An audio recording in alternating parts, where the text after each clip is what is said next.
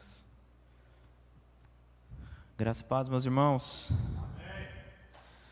Boa noite a todos. Que a graça e a paz de nosso Senhor esteja com todos. Amém. Meus irmãos aí em casa, nessa pandemia. Irmãos, vou ser bem breve, não vou tomar muito tempo. Mas antes eu gostaria de dizer algo.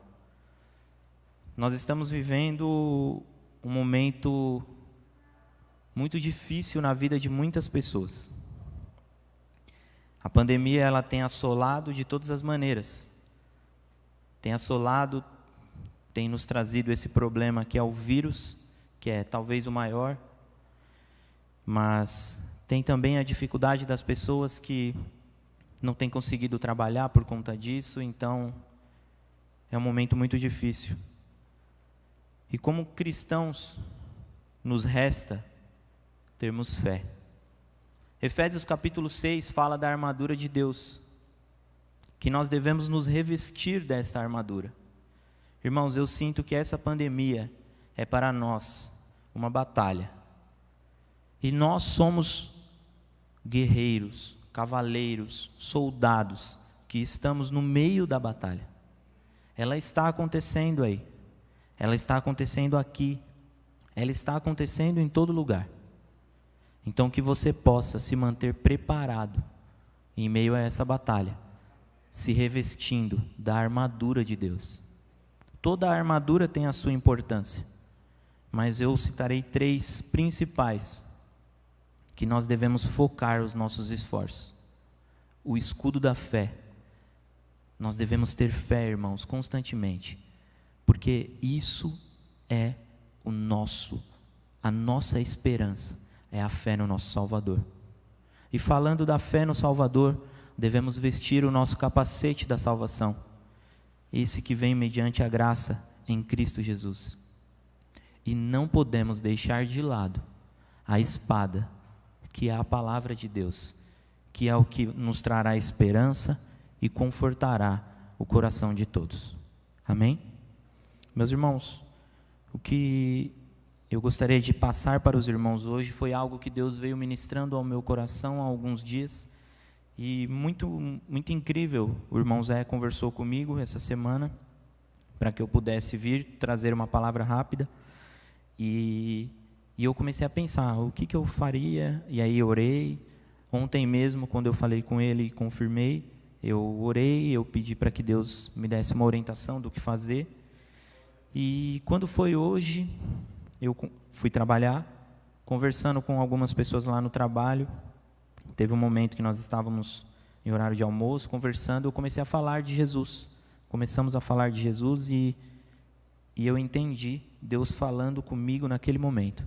E eu falei, tudo aquilo que eu tinha pensado em falar e estava me organizando, eu vou esquecer, porque eu sei que o que Deus tem para nós é o que Ele falou para mim hoje. Nós vamos ler Mateus capítulo 6, o versículo 22 e 23. Diz assim, Mateus capítulo 6, versículo 22. Os olhos são a candeia do corpo. Se os seus olhos forem bons, todo o seu corpo será cheio de luz.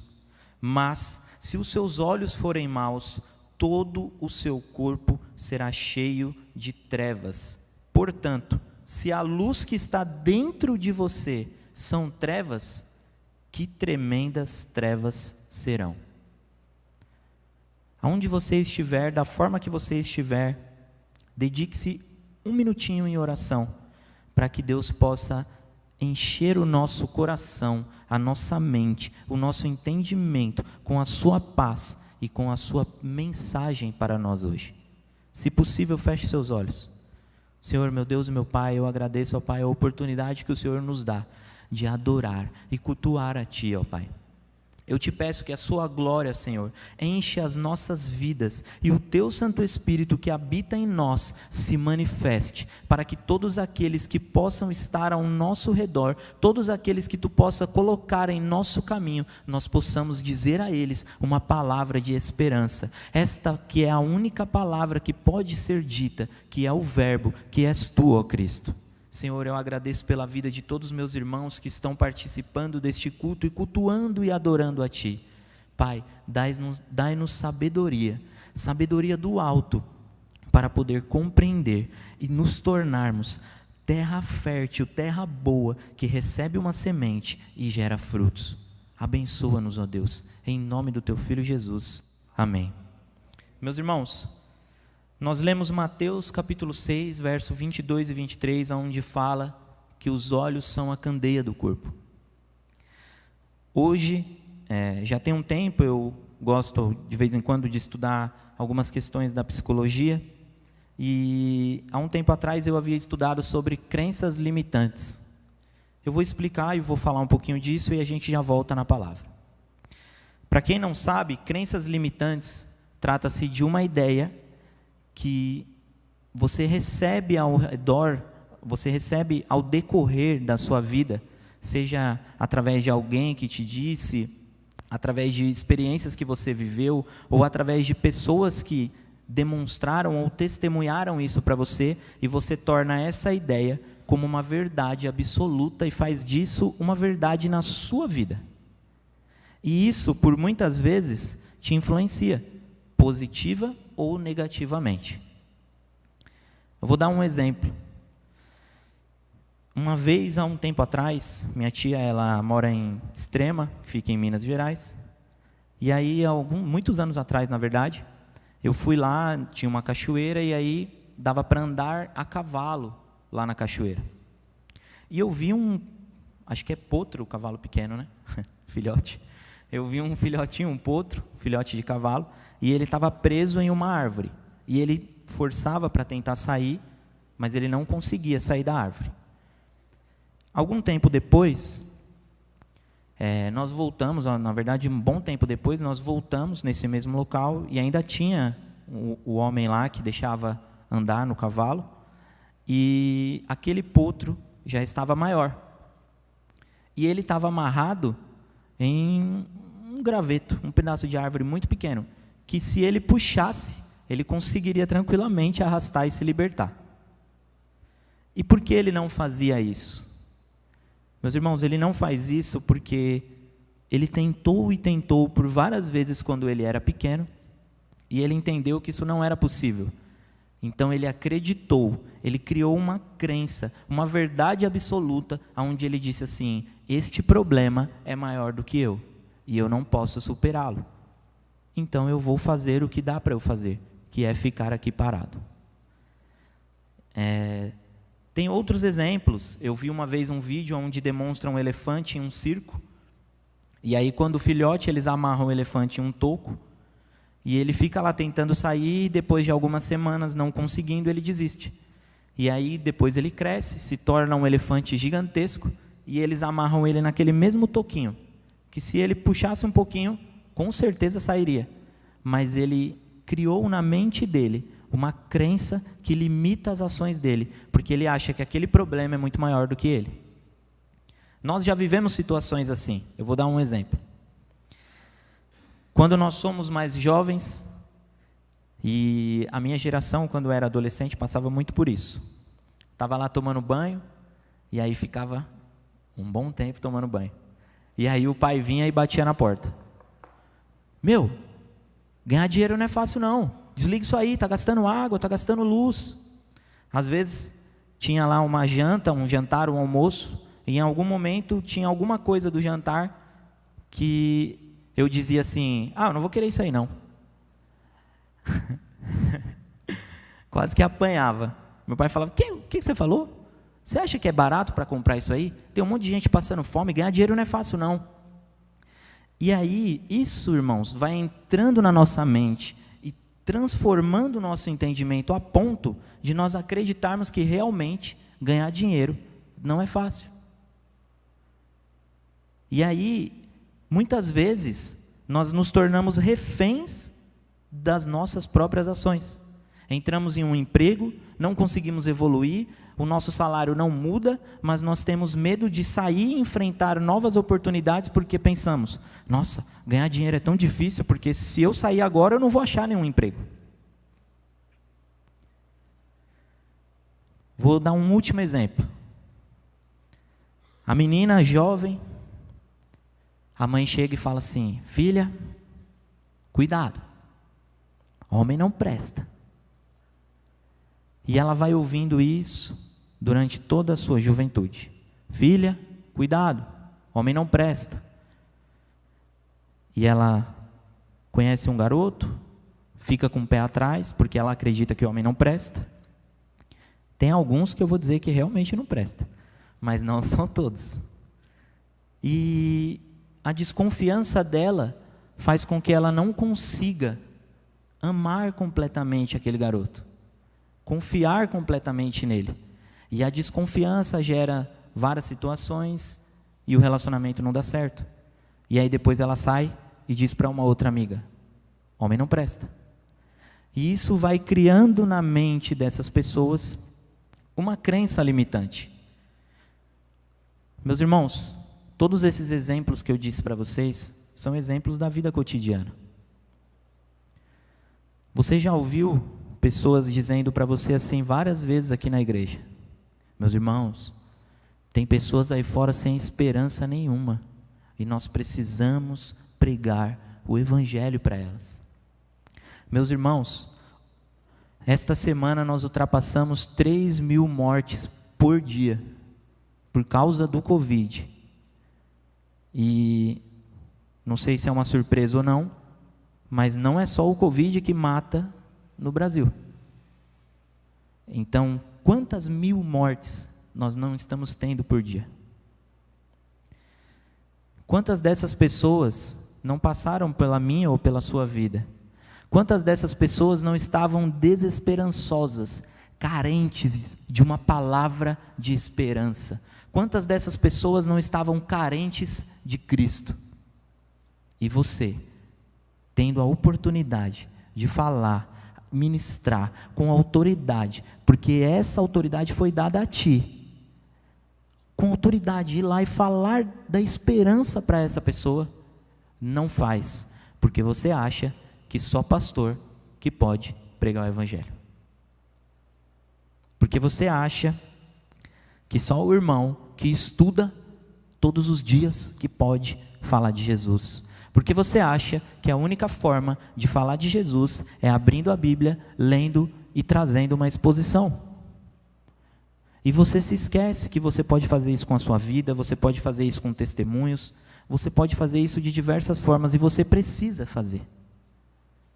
Meus irmãos, o nome disso são crenças limitantes. Elas limitam a sua vida e elas te prejudicam. E se elas continuarem fazendo isso, um momento na sua vida você vai se dar conta de que você não vive, mas de que você apenas sobrevive.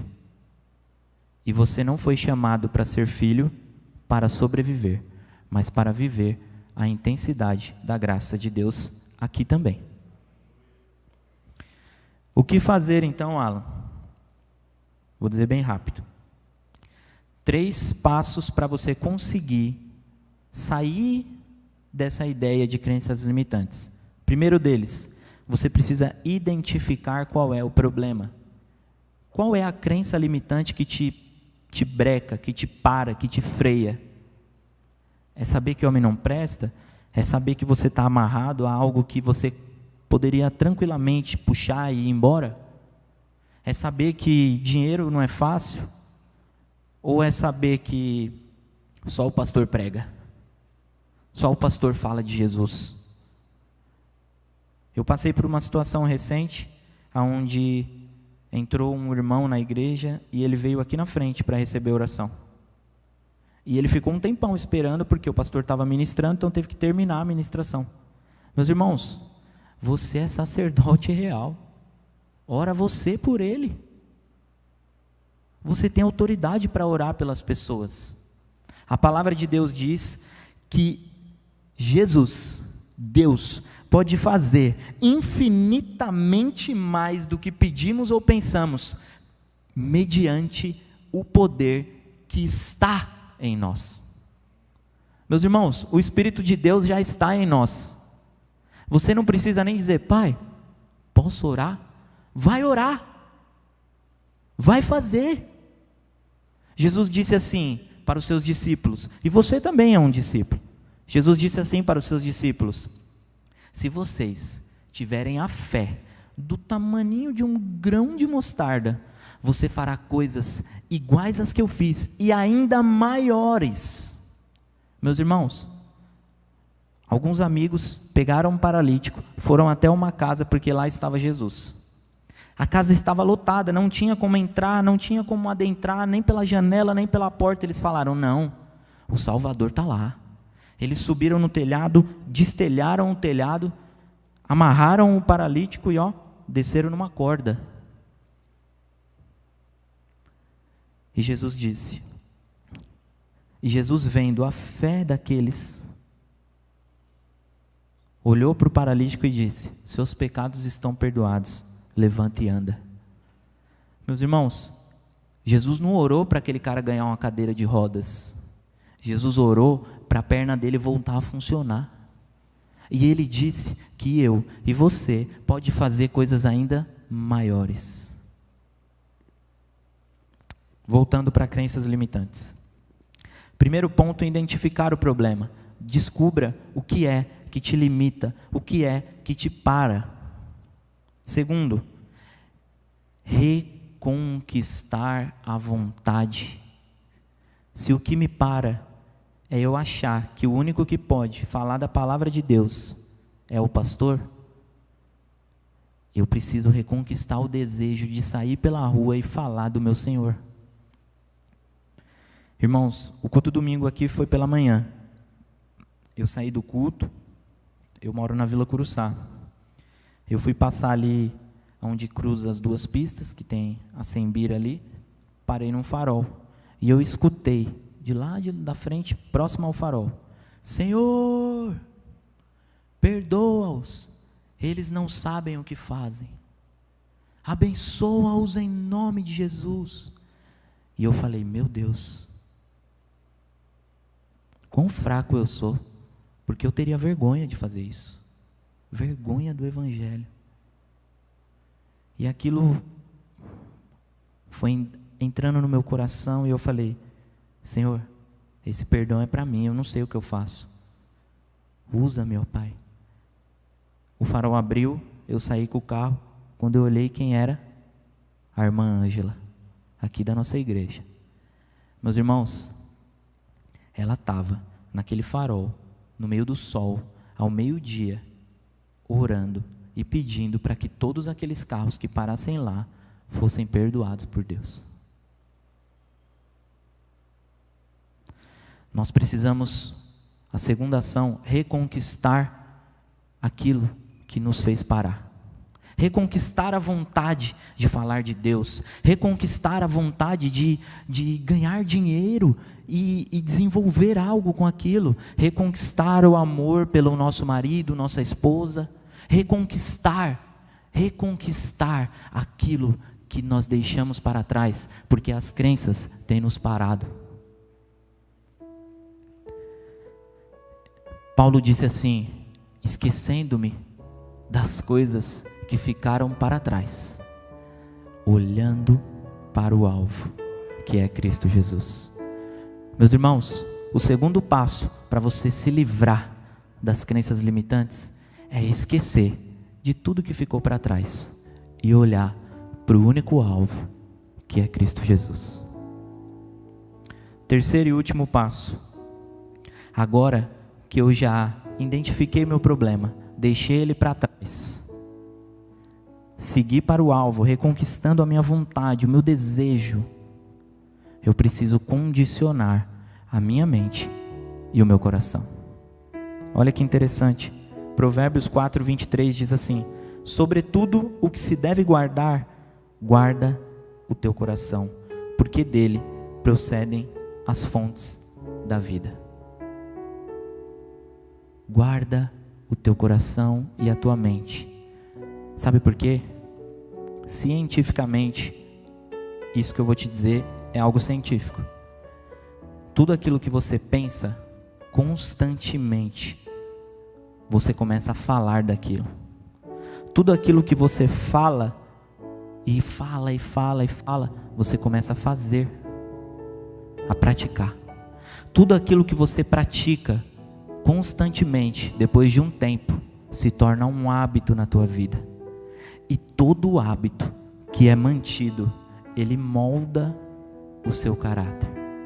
E moldando o seu caráter, você, aos poucos, começa a adquirir a estatura de varão perfeito.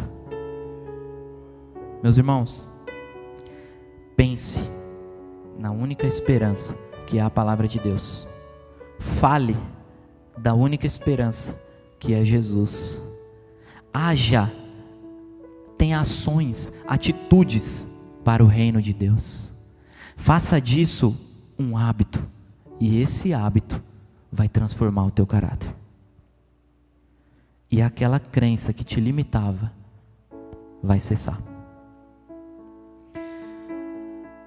Mateus 6:21.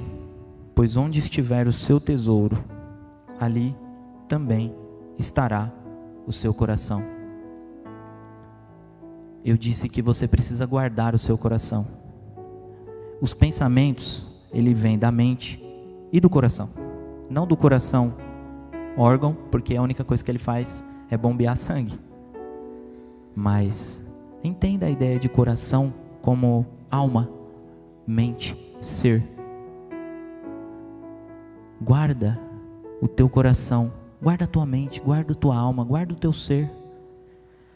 E coloca ele em um único possível lugar, que é nas mãos de Deus.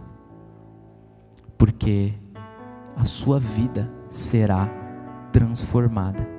E agora, para finalizar, voltando para o texto que nós lemos no início, nós acabamos de ler: pois onde estiver o teu tesouro, aí também está o seu coração. Mateus capítulo 6, verso 21, e no 22 e 23 diz assim: os olhos são a candeia do corpo. Se os seus olhos forem bons, todo o seu corpo será cheio de luz. Meus irmãos, nós estamos vivendo um momento muito difícil. Mas se você olhar para essas dificuldades, elas vão parecer gigantes. E elas vão te limitar. Elas vão limitar a sua vida. Se você só olhar para as dificuldades, vai parecer que você está num barquinho e tem uma onda formada por uma tempestade tão grande que quando ela cair, ela vai te destruir. Mas eu digo para você que junto contigo nesse barco está Jesus. E Ele tem duas possíveis ações para você. Ele vai te dizer assim: acalma, fica em paz, eu estou contigo. Ele vai se levantar, vai olhar para essa onda, vai olhar para a tempestade e vai dizer: cala-te. E aquele problema que parecia gigantesco, você vai perceber que você é como um animalzinho que cresceu achando que não podia sair de algo. Só que você, quando recebeu o Espírito Santo de Deus na sua vida, você, quando começou a se tornar aquele que Jesus te escolheu e te chamou para ser, você se tornou maior do que qualquer desafio. E aí você vai olhar para aquele desafio e vai dizer: chega, eu vou vencer isso. Vai puxar e vai ultrapassar qualquer dificuldade. E a segunda possível ação, meus irmãos, eu digo para vocês que se Jesus não mandar a tempestade calar, Ele fará você caminhar por cima dela. A galeria de heróis da fé, de exemplos da fé, que está lá em Hebreus 11, olha só que interessante, eu vou ler bem rápido para finalizar. Hebreus capítulo 11, lá no verso 32, diz assim, ó: que mais direi?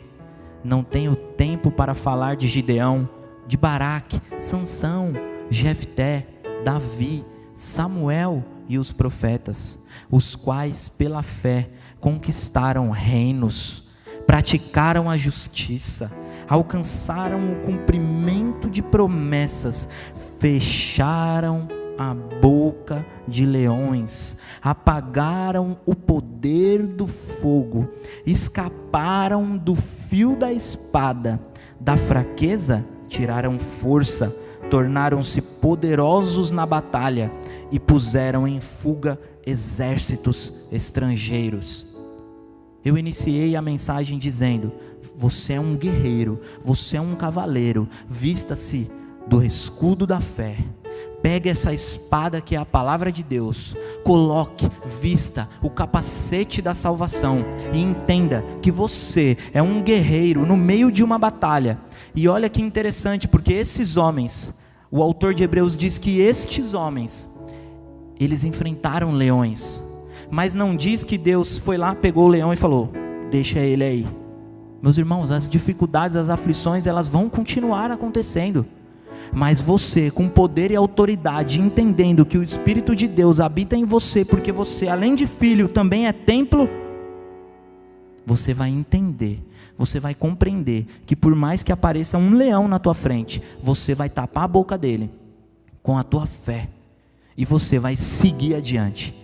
Ainda que o fogo, o poder do fogo venha, o fogo não vai se apagar, mas ele não vai te queimar, ele não vai te matar. Assim como Paulo, mesmo que uma víbora morda você, o veneno não terá efeito na tua vida. A dor da mordida você ainda vai sentir. Meus irmãos, às vezes eu chego para minha esposa e digo para ela assim: nossa, quando começo a pensar em algumas coisas que dá para ser feito aqui na igreja, há umas 2 semanas atrás aconteceu isso. Eu cheguei para minha esposa e disse: Gabi, às vezes eu não consigo acreditar que o Joe faleceu. Às vezes eu penso em coisas para fazer aqui na igreja, de evangelismo ou algo assim, e eu penso: nossa, o Joe vai se dar super bem nisso.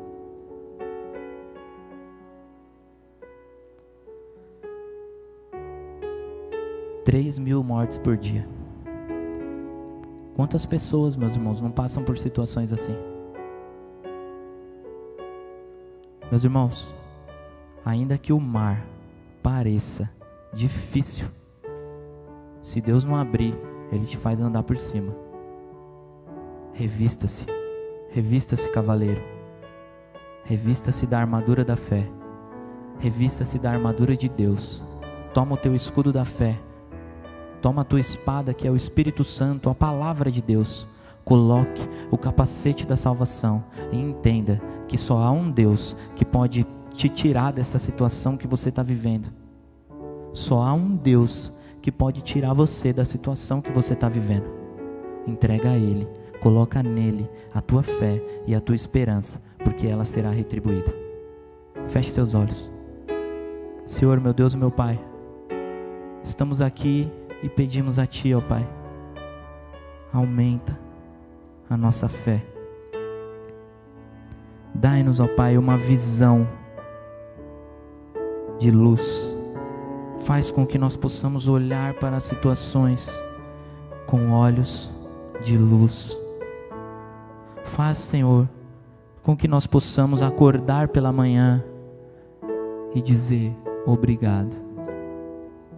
Porque em meio a tanta dificuldade, a tanta tempestade, eu abri meus olhos, eu respirei, eu ainda estou vivo, eu ainda tenho uma batalha para lutar, mas eu tenho o maior de todos habitando em mim.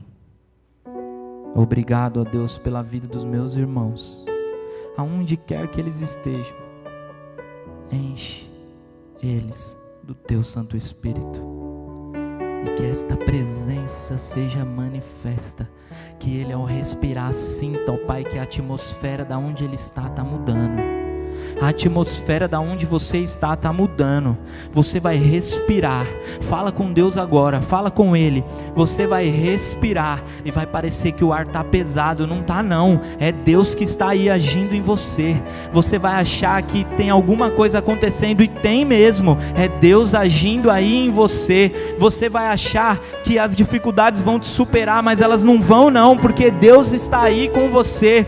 O inimigo, ele prepara flechas flamejantes flamejantes, Ele aponta para você, Ele lança, mas hoje você levanta o escudo da fé, e esse escudo vai te defender de qualquer flecha flamejante do inimigo sobre a tua vida, porque você está nas mãos de um único poderoso Deus. Jesus Cristo está aqui entre nós, Jesus Cristo está aí com você, Jesus Cristo é aquele que morreu por mim e por você, não tendo pecado, mas bebeu o cálice da ira de Deus, recebendo toda a ira de todo o pecado, para que você possa se tornar justo a partir da graça de Jesus.